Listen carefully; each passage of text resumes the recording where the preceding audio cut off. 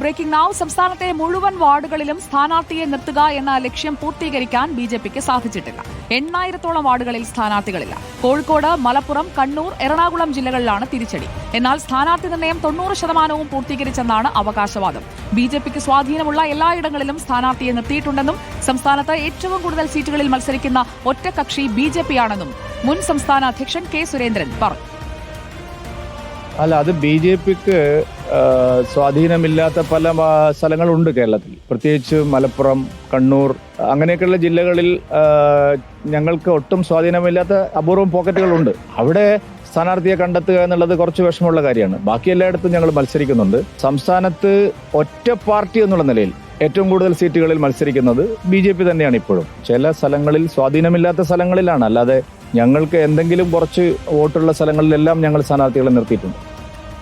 വിവരങ്ങളുമായി V S രഞ്ജിത്തും T V പ്രസാദുമാണ് നമുക്കൊപ്പം ചേരുന്നത് തത്സമയം. Good evening V S Ranjith. എന്താണ് വലത്തോട്ട് നോക്കി നിൽക്കുന്നത്? വലത്തുനിന്ന് വരുന്ന വാർത്തകൾ എങ്ങനെയാണ്?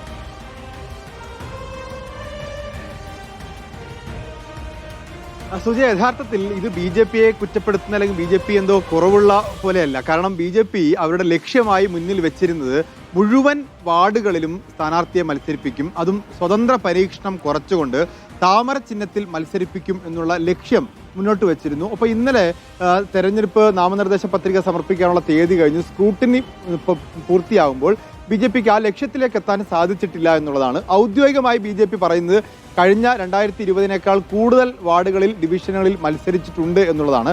2020 കണക്ക് പരിശോധിക്കുമ്പോൾ 17,200 വാർഡുകളിലാണ്. ആകെ 23,000 ഡിവിഷനുകളിൽ 17,200 ഡിവിഷനുകളിൽ കഴിഞ്ഞ തവണ മത്സരിച്ചിട്ടുണ്ട്.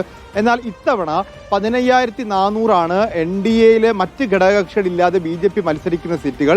എൻ ഡി എ ഘടകകക്ഷികൾ കൂടി ചേർന്നാൽ അത് 17,000 എത്തില്ല എന്നാണ് നമുക്ക് ലഭ്യമാകുന്ന വിവരം. അപ്പോൾ സ്വാഭാവികമായിട്ടും അത്രയും സീറ്റുകൾ, ബാക്കി സീറ്റുകൾ ഒഴിഞ്ഞു കിടക്കുകയാണ് എന്നുള്ളതാണ്.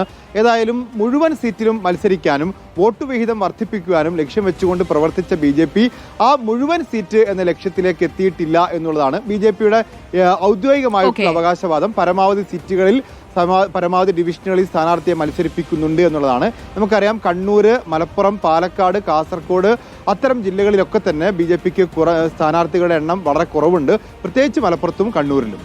Okay V S Ranjith. T V Prasad, നമ്മൾ പുറത്തുവിട്ട ഈ ഒരു വാർത്തയോട് ബി ജെ പിയുടെ മുൻ സംസ്ഥാന അധ്യക്ഷൻ തന്നെ പ്രതികരിക്കുന്നുണ്ട്. എന്താണ് ഈ രഞ്ജിത്ത് ഇപ്പോൾ സൂചിപ്പിച്ചതുപോലെ കുറവല്ല, ഒരു വിപുലീകരണം നടന്നു, എന്നാൽ പൂർണ്ണ തോതിൽ അത് ഫലപ്രദമായില്ല എന്നതാണ് നമ്മൾ ആ കണക്കുകൾ വെച്ച് പറഞ്ഞത്. അതിനോട് എങ്ങനെയാണ് പ്രതികരണം? സുജി, അത് തന്നെയാണ് കെ സുരേന്ദ്രൻ്റെ പ്രതികരണത്തിലും അക്കാര്യം വ്യക്തമാണ്. അതായത് തങ്ങൾക്ക് സ്വാധീനമില്ലാത്ത ചില പോക്കറ്റുകൾ കേരളത്തിൽ ഇപ്പോഴും ബാക്കിയുണ്ട്. കണ്ണൂർ, മലപ്പുറം, കോഴിക്കോട് ചില ജില്ലകളെ വെച്ചുകൊണ്ടാണ് കെ സുരേന്ദ്രൻ അത് വിശദീകരിക്കുകയും ചെയ്യുന്നത്. ആകെ 23,000 വാർഡുകളാണ് കേരളത്തിലുള്ളത്. ഇതിൽ എല്ലാ വാർഡുകളിലും സ്ഥാനാർത്ഥികളെ നിർത്തുമെന്നായിരുന്നു കൊച്ചിയിൽ അമിത്ഷാ വന്ന സമയത്ത് സംസ്ഥാന പ്രസിഡന്റ് രാജീവ് ചന്ദ്രശേഖരൻ നടത്തിയ ഉറപ്പ്. എല്ലാ സീറ്റുകളിലും നിർത്തിയില്ല എന്ന് മാത്രമല്ല, വലിയ കുറവ് ഇത്തവണയും ഉണ്ടായി എന്നുള്ളതാണ്. നേരത്തെ രഞ്ജിത്ത് പറഞ്ഞതുപോലെ 15,400 നിലവിൽ വരുന്ന കണക്ക്. അതനുസരിച്ച് ഇനി ബാക്കി മറ്റ് സ്ഥാനാർത്ഥികളെ കൂടി നിർത്തിയാൽ ഏതാണ്ട് 6,000-ലധികം വാർഡുകൾ ഒഴിഞ്ഞുകിടക്കും എന്നുള്ളത് ചെറിയ കണക്കല്ല. അതായത് ആകെയുള്ള 23,000 വാർഡുകളിൽ 4/1 വാർഡുകൾ ഒഴിഞ്ഞുകിടക്കുന്നു എന്നുള്ളത് ബി ജെ പിയെ സംബന്ധിച്ചിടത്തോളം ആശ്വാസ്യമല്ല. കാരണം നേരത്തെ വിശദീകരിച്ചതുപോലെ കൊച്ചിയിൽ അമിത്ഷാ വന്ന സമയത്തുള്ള പാർട്ടിയുടെ ലക്ഷ്യം എന്നുള്ളത് മുഴുവൻ വാർഡുകളിലും സ്ഥാനാർത്ഥിയെ നിർത്തുക എന്നുള്ളതാണ്.